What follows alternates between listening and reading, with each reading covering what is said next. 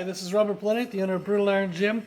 In this video I want to show you a Spoto press, which is a barbell bench press variation.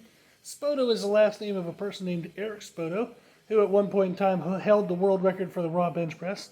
So right here I have our kind of bar set up already on our bench press. I have plates on there. It'd just be a normal setup, you don't need anything fancy. What I'm going to do is essentially a Spoto press is where you press the bar but you pause about an inch off the chest. So I just want to show you a couple reps and then we'll talk about what we would look for technique-wise. So I do my normal setup, everything like I normally would. Get shoulder blades tight, push up, squeeze last, get everything nice and braced and tight. As I unrack, I want to take a breath and hold that breath in so I'm nice and stable. And what I want to do is I want to come out, take my big breath. I would want to hold my breath, stop about an inch off my chest, and then push back up. So I'll do this while I'm actually holding my breath. So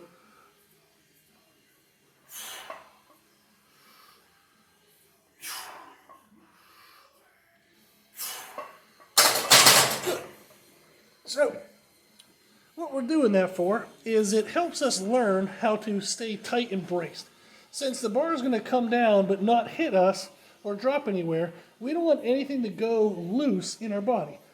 As I'm bringing the bar down, I want to be squeezing my back, like I'm trying to squeeze my shoulder blades together and really arch up into the bar. That's going to help create a nice, strong, stable base. As the bar stops, I want to maintain that tightness in that arch, and as I press, I want to maintain that tightness in the arch. So it's teaching us to keep our whole upper body nice and stable.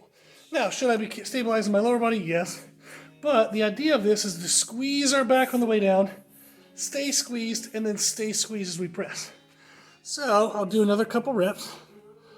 And what you would look for is, as I'm coming down, I don't want to let my chest drop and then have to heave back up. I want to squeeze my back, stop, and then press from that position. Okay? So we'll do a couple reps. So again, normal setup, everything tight, bring the bar out, take a breath, squeeze, squeeze, squeeze, press. Take a breath, squeeze, squeeze, squeeze, press. Take a breath, squeeze, squeeze, squeeze, press. Good. So what this does is this allows me to learn that body tightness. When I move a very heavy weight and I allow the bar to typically touch my chest as I would in a regular kind of competition bench, regular full bench press range of motion, I would want to maintain that tightness. Often when you get to really heavy 1 rep maxes, as the bar kind of gets lower and lower, it might hit us and it looks like the body kind of sinks in a little bit and then it comes back up. That's okay, but we want to be fighting against that. So as you would see somebody's body have the bar touch them, they might sink a little bit, but they're not actually allowing that sinking to happen.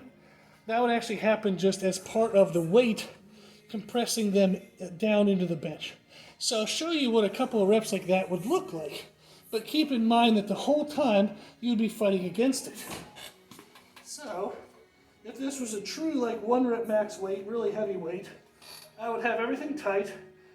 I would take my breath. I'd be squeezing, squeezing, squeezing. As the bar would hit me, I might compress a little, and then you would see me kind of pop back up with the bar.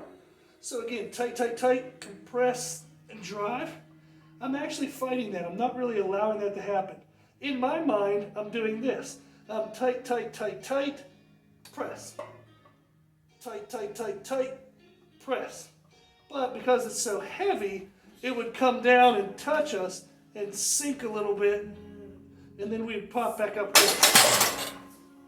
So you'll see that little bit of like compression, but it's not that you're actually allowing that to happen. It's just so heavy that it touches you, it sinks into the rib cage and fat and muscle a little bit, and then it drives back up out. So a Spoto press is a purposeful pause about an inch off the chest, and you're fighting to maintain that tightness. You would then carry that same feeling into allowing the bar to actually touch you for a full range of motion. So that is the Spoto press. Typically we would do this in sets of 3 to 5 reps. You can go lower than that, you can go higher. but 3 to 5 is a pretty good range where it's heavy enough to still carry over to singles, but it's high enough reps, you're getting more time retention, getting more practice with all your sets. Okay, so give that a try, and good luck.